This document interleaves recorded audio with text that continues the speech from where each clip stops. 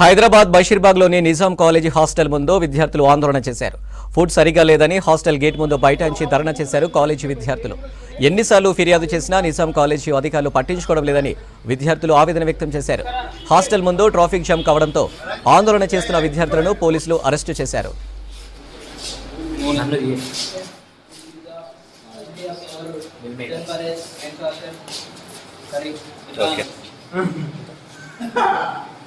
Second quality ఏం మంచి ఇది తింటున్నామా?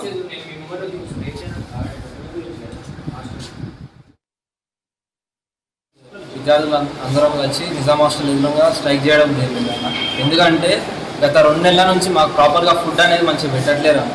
గలీజ్ క్వాలిటీ పెడుతున్నారు. తినడానికి రాక ఎంతోమంది కడుపు నొప్పులు వచ్చి ఈరోజు రైస్ చూస్తే ఎవ్వరు తినకుండా 300 మంది తినకుండా ఈరోజు స్ట్రైక్ చేయడం జరిగింది అన్న నిజాం హాస్టల్ ఎదురుగా.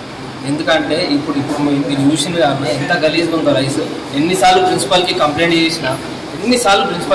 చేసినా కేర్ టేకర్ గారికి చెప్పినా లేకపోతే హాస్టల్ వాడడానికి చెప్పినా ఎవ్వరు పట్టించుకోవట్లేరు.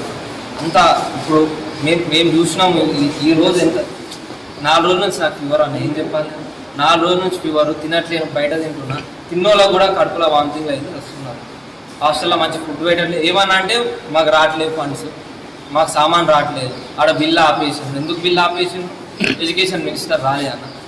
మమ్మల్ని చూసుకోరా, మాకు ఫుడ్ పెట్టారా? ఎడ్యుకేషన్ మినిస్టర్ రాకపోతే మాకు ఫుడ్ పెట్టారా? బిల్స్ ఆపేస్తాడా ప్రిన్సిపల్? వచ్చిన కొత్తలో ఫుడ్ అనేది చాలా బాగుంటుండే. మేమే చెప్తున్నాం అన్న, వచ్చిన కొత్తలో ఫుడ్ మేము కర్రీ బాగాలేకపోయినా సాంబార్ వేసుకొని తినేటోళ్ళం. చాలా బాగుంటుండే ఫుడ్. మేము వచ్చిన దాదాపు 2 months అవుతుంది. జనవరి నుంచి ఫుడ్ అనేది సెకండ్ క్వాలిటీ అంటున్నారు. రైస్ అనేది కూడా మంచిగా అయ్యేది. దగ్గర కాలేజ్ మొత్తం 300 members ఉండేటోళ్ళం. ఫుడ్కు భయపడి చాలామంది ఇళ్ళకి వెళ్ళిపోతున్నారు. అంటే మేము చదువుకోనికి వచ్చినామా లేకపోతే దేనికి వచ్చినామా మాకు అర్థం కావట్లేదు.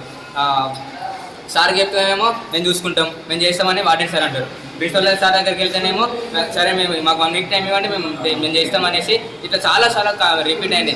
అయినా కానీ ఇంకా ఈరోజు మేము ఏం చేయలేక రోడ్డు మీకు వెళ్ళడం జరిగిందండి.